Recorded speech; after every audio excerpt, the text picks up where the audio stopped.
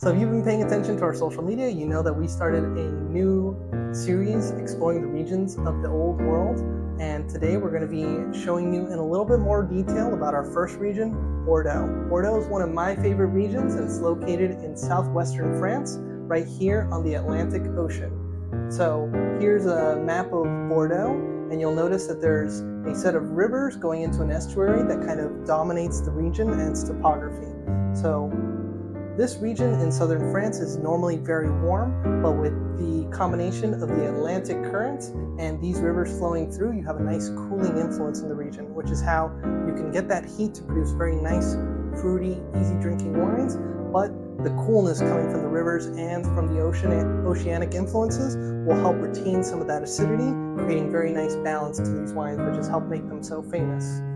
Now, on the left bank, which is on the southern side, you have your Medoc region. So your Medoc region is split into two halves, the Bas Medoc and the Haut Medoc, which is the lower Medoc and the upper Medoc. And on the lower Medoc, you have two regions called Graves and Pessac-Léognan. These two regions are famous for having a blend of Cabernet and Merlot in closer to equal proportions and still having some of that mineral and sandy soils that produce wines of very good elegance and higher minerality than what you see on the right bank.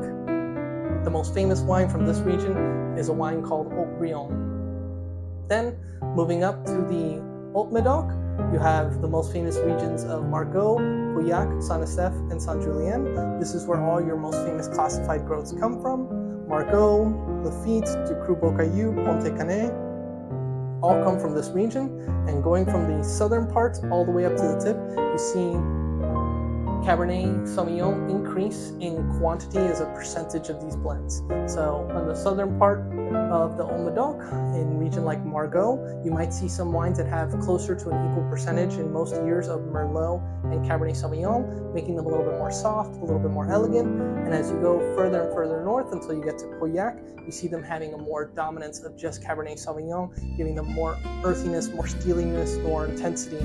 Wines that some people prefer to drink when they're a little bit older because they have more body and more intensity.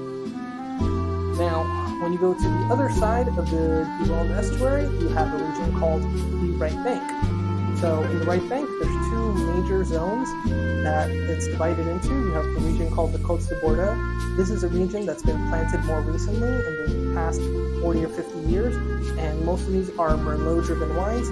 Most of them are going to be your very easy drinking, very entry-tier wines. The Côte de Bord, the Haute Côtes de Bordeaux, Bordeaux Supérieur, mostly comes from this region, Côtes de Bordeaux. So if you're looking for value from Bordeaux, very easy drinking, inexpensive wine, you'll find a lot of them come from this region.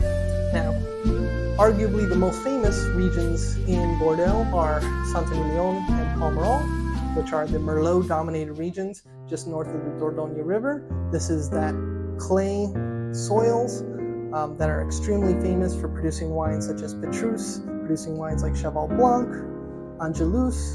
So these are some of the world's most collectible, most expensive wines, and have a totally different rating and ranking system than what you see from the wines of Medoc. So it might be a little confusing, and we'll go over it in a different video talking about the different classification systems of Bordeaux.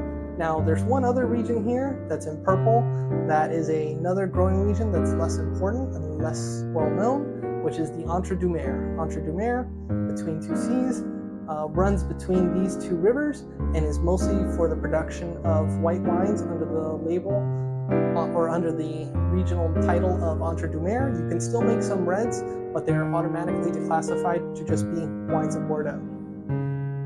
Now, what are the most important grapes from Bordeaux? The most important grapes are going to be Cabernet Sauvignon and Merlot. Cabernet Sauvignon is a varietal that comes originally from Cabernet Franc and Sauvignon Blanc bred together, and is a wine that's a little bit more robust, a little bit more intense than something like Cabernet Franc, which is technically its father grape, but has been replanted since phylloxera in the 1800s to be the largest planted varietal in the world, and is one of the most dominant grapes in Bordeaux, though not the most planted varietal in Bordeaux. That honor goes to Merlot.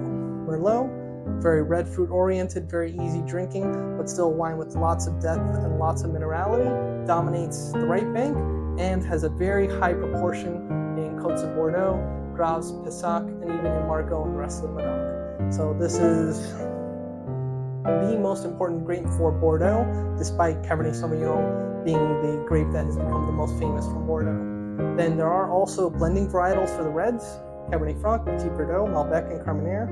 You'll almost never see these be the dominant grape in a Bordeaux blend, though there are a few producers who do actually create wines that are primarily from these, but those are very much the exception and not the rule. Now, recently, because of changes in the climate and wines from Bordeaux getting a little bit warmer, they've actually accepted a few other varietals to be planted, but none of the major producers have yet started adding these into their blends. So keep your eye out in the future for seeing things like Alicante Boucher being allowed in wines from Bordeaux. Now, I did mention a little bit about the white wines of Bordeaux when we talked about Entre deux Mers.